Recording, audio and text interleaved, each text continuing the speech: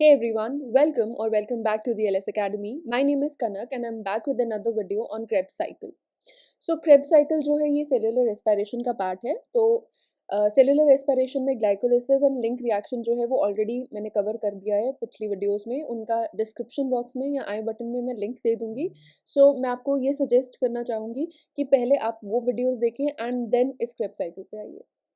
सो अगर Krebs cycle की बात करें, हम लोगों ने देखा था ग्लाइकोलिसिस में पायरुवेट बन रहा था. उसके बाद लिंक रिएक्शन में पायरुवेट जो था वो एसिटाइल कोए में कन्वर्ट हो रहा था. अब ये जो एसिटाइल कोए है वो क्या करेगा, वो क्रेब्स साइकिल के अंदर एंटर करेगा एंड एनर्जी का प्रोडक्शन होगा.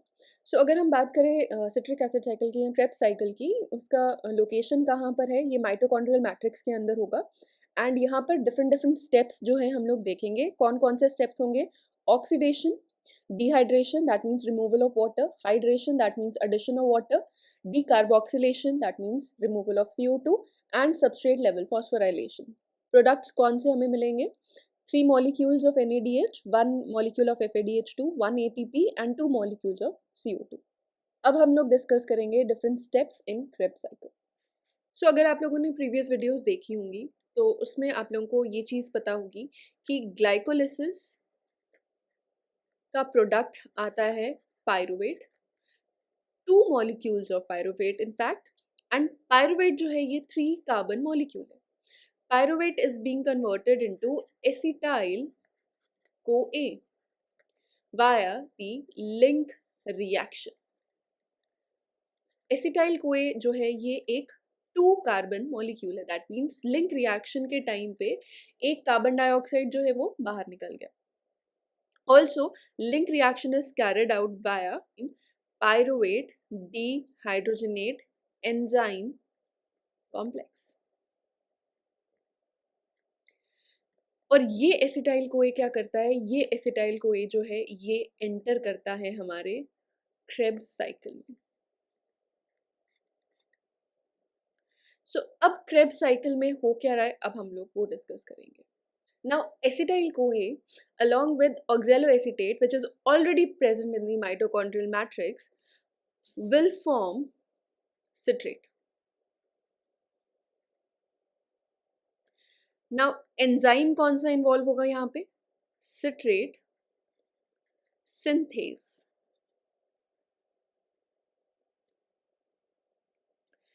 ऑक्जेलोएसिटेट जो है वो है हमारा 4 कार्बन मॉलिक्यूल. एसिटाइल कोए है हमारा 2 carbon molecule. So 4 carbon 2 carbon will form 6 carbon molecule citrate. Now citrate gets converted to isocitrate. This is a reversible step. And enzyme यहाँ पर कौन सी आएगी? Aconitase. Now isocitrate is also a 6 carbon molecule. Isocitrate further gets converted to alpha ketoglutarate. ठीक है. Alpha ketoglutarate जो है ये है हमारा 5 कार्बन मॉलिक्यूल. अगर 6 कार्बन से 5 कार्बन मॉलिक्यूल बन रहा है, दैट मीन्स एक कार्बन जो है वो बाहर निकल रहा है. सो एक कार्बन बाहर निकलेगा in the form of CO2. That means यहाँ पर हो रही है हमारी डीकार्बोक्सिलेशन. एंजाइम यहाँ पर कौन सा होगा? Isocitrate dehydrogenase. डिहाइड्रोजिनेस हो रही है यहाँ पे. डिहाइड्रोजिनेस एंजाइम अगर यूज हो रही है यहाँ पे, तो यहाँ पर हमारा NAD+ से NADH का फॉर्मेशन होगा. Now next step is alpha ketoglutarate gets converted to succinyl CoA. अगर यहाँ पे सक्सिनाइल CoA का फॉर्मेशन हो रहा है, दैट मीन्स CoA जो है वो यहाँ पर आया होगा. दैट मीन्स इस स्टेप में CoA जो है उसका इंसर्शन हुआ है. ठीक है, यहाँ पे ऐड हुआ है. Again this is a 5 carbon molecule, but succinyl CoA जो है ये एक 4 कार्बन मॉलिक्यूल है। अगर यहाँ पे 5 कार्बन से 4 कार्बन में बना है, मॉलिक्यूल बना है, दैट मीन्स अगेन यहाँ पे क्या होगी, CO2 का रिमूवल होगा, डिकार्बोक्सिलेशन होगी, दैट मीन्स एक कार्बन जो है वो रिमूव हुआ है in the form of CO2. Now the enzyme involved is alpha ketoglutarate dehydrogenase. Again, अगर dehydrogenase यहाँ पे enzyme use हुआ है, then NAD positive is getting converted into NADH. Now succinyl CoA. Succinyl CoA is then converted to succinate. अब यहाँ पर को ए था, यहाँ पे सक्सीनेट है, दैट मीन्स यहाँ पे को ए का रिमूवल हुआ है। इस स्टेप में क्या हुआ है, को ए का रिमूवल हुआ है। एंजाइम यहाँ पर आएगी succinyl co A synthetase, succinyl co A synthetase, this is also a reversible step. So इस स्टेप पे हम लोग देख सकते हैं कि सक्सिनाइल को ए से सक्सिनेट बना है, दैट मीन्स को ए जो है वो रिमूव हुआ है। जब को ए जो है वो रिमूव होगा तब यहाँ पे एनर्जी रिलीज होगी एंड ये एनर्जी यूटिलाइज होगी टू फॉर्म GTP। क्या होगा कि जो ये जो एनर्जी रिलीज होगी यहाँ पे इस एनर्जी की हेल्प से GDP एंड इनऑर्गेनिक फॉस्फेट जो है ये कंबाइन करेंगे एंड GTP का फॉर्मेशन करेंगे। लेकिन ये जो GTP का फॉर्मेशन होगा, अब क्या होगा, एक ADP आएगा। ADP क्या करेगा, इस GTP से एक फॉस्फेट ग्रुप को ले लेगा and it will form ATP। अगर ADP ने GTP से एक फॉस्फेट ग्रुप ले लिया तो GTP will again be converted back to GDP। So यहाँ पे इस स्टेप में हमारा ATP का फॉर्मेशन होगा। नाउ नेक्स्ट स्टेप में क्या होगा, succinate it will be converted to fumarate. Succinate to fumarate, again it is a reversible step. And अगर हम लोग बात करें यहाँ पे एंजाइम की, so it is succinate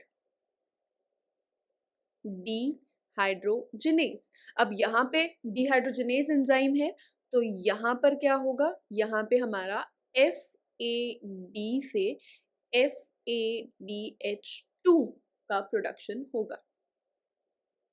now next step is fumarate से हमारा बनेगा, फ्यूमरेट से हमारा बनेगा मैलेट।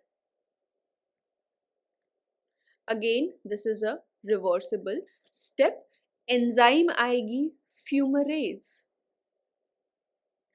ये जो फ्यूमरेज है ये क्या करती है, it adds water molecule to fumarate and then it converts fumarate to malate. तो यहाँ पे क्या हो रहा है, ये स्टेप है हमारा हाइड्रेशन का step. So fumarase adds water to fumarate to form mallet.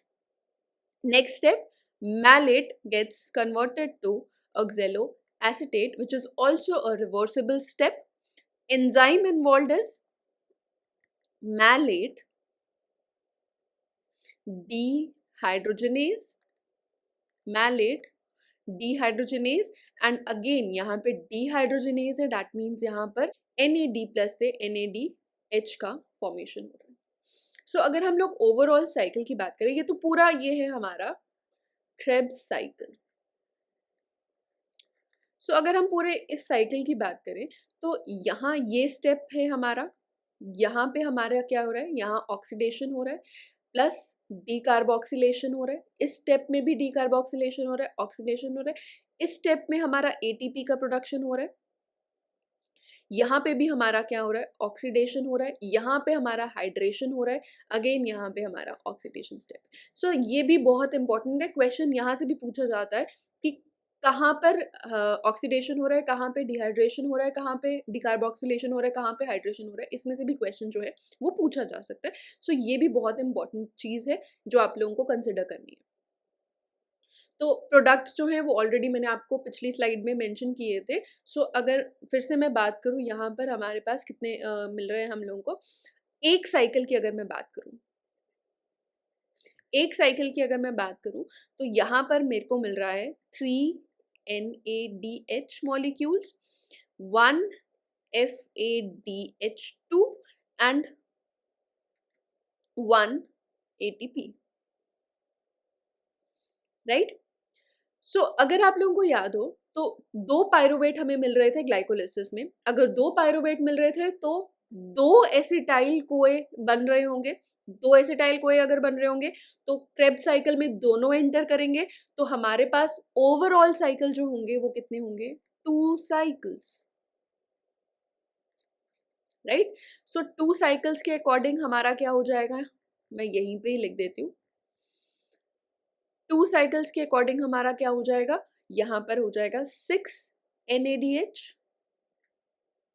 2 FADH2 and 2 ATP molecules.